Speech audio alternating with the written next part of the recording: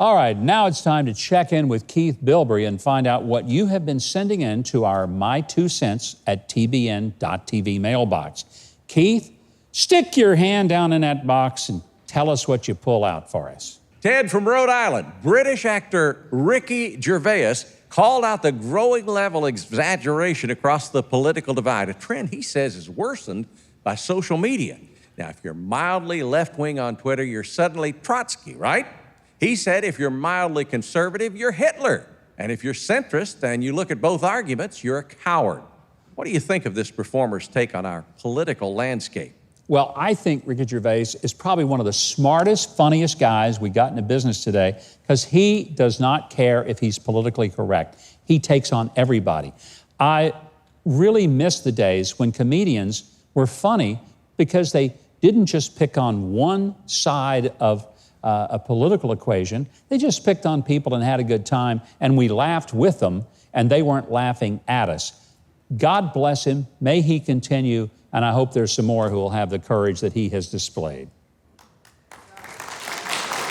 Well, Deanne on Verizon.net. Parents' national call to take action to take back their PTAs. Parents must band together and begin a nationwide grassroots campaign by becoming active and taking back their PTAs to fight back against the liberal-based teachers. The first word of PTA is parent. It is their child and children that are being brainwashed, indoctrinated into social beliefs by these teachers. Well, let me say, there are some great, great teachers across America. So I don't want to disparage all of them because, quite frankly, most of us would never have ended up where we are today without fantastic teachers in our lives. And there are so many of them across this country who go in and do a job that I wouldn't do if you gave me a pistol, a chair, and a whip, and $1 million a year to do it. So I want to be very clear about that. But at the same time, I agree with the basic premise of this audience member's position on PTA. It is the parent-teachers organization. And one of the reasons that we are losing our education system to indoctrination is because parents aren't as involved as they need to be and must be. Not only going to PTA, going to school board meetings and lighting things up when you find out stuff that's going on in your child's school that are just insane. So good point, totally agree with you. Join the PTA, go to the meetings, go to the school board meetings, and if they don't listen to you, you know what? Find an alternative, because the best way is when you walk with your feet to a different place, different school, home school, if they just will not meet really what the needs are of local students. Okay, Keith, who's next? Well, Maury in Bedford, Texas. Don Lemon's ignorant and insolent statement about Jesus cannot be left unchallenged in the public sector. If the idea that Jesus was flawed goes without a public challenge, it tells a world of unsaved people that the Jesus of Christianity is not an acceptable substitute to take away the sins of the world. Yeah, if people didn't know, Don Lemon on CNN was on an interview, and he told his guest that Jesus wasn't perfect either. He was talking about all the imperfect people in the world.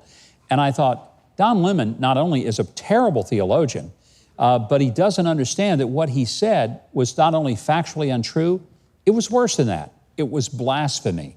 And he really ought to stick to just lying about news and leave discussions of Jesus to somebody who might know Jesus. He must not. Okay, Keith. Well, Thomas from Abilene, Texas, concerned about the comedy act making fun of the Bible. I couldn't watch it. Otherwise, I like your shows. You know, I think you're talking about last week we had this fantastic comedian, Robert G. Lee, who did the Bible in 6 minutes. Honestly, I don't know what you didn't like about it. I loved it, thought it was hilarious. I think God has a great sense of humor. And why do I know that? Because I look around and I see the other people that he made, and I figure, God has a great sense of humor.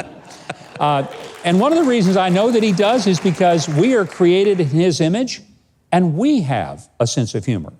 Well, most of us do. And the ones that don't, they don't live very joyfully.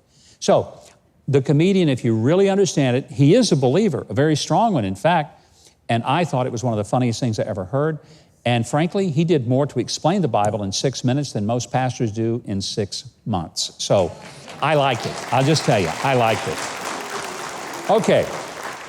Well, Robert, in Indiana, Goya CEO Robert Unanue came under tremendous fire for making a visit to President Trump. No one ever pointed out that he also attended a White House event led by President Obama, with no anger, backlash, or attacks. What's your perspective on these two different reactions and the boycott response from Middle America? Well, I tell you what was joyful. I went to the store right after this happened, like a day after, and I was going to get some Goya products. I buy the black beans anyway. I've been doing that for a long time. I thought, well, I'll get some more stuff. The shelves of the store were basically cleaned out.